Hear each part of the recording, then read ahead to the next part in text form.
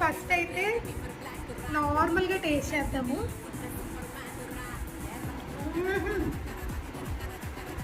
చాలా బాగుంది. ఇప్పుడైతే మనం కర్రీతో టేస్ట్ చేద్దాము. సో కర్రీలో కూడా ఈ ఫ్రైలో కూడా చాలా ఇలా ఉంటుంది కాబట్టి కలుపుకుంటే బాగుంటుంది అనమాట.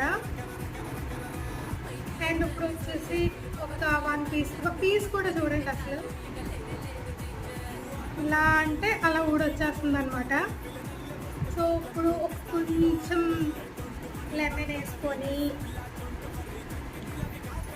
కలుపుకొని మన ఆనియన్ లేకపోతే అలాగా కొంచెం పెట్టేసుకొని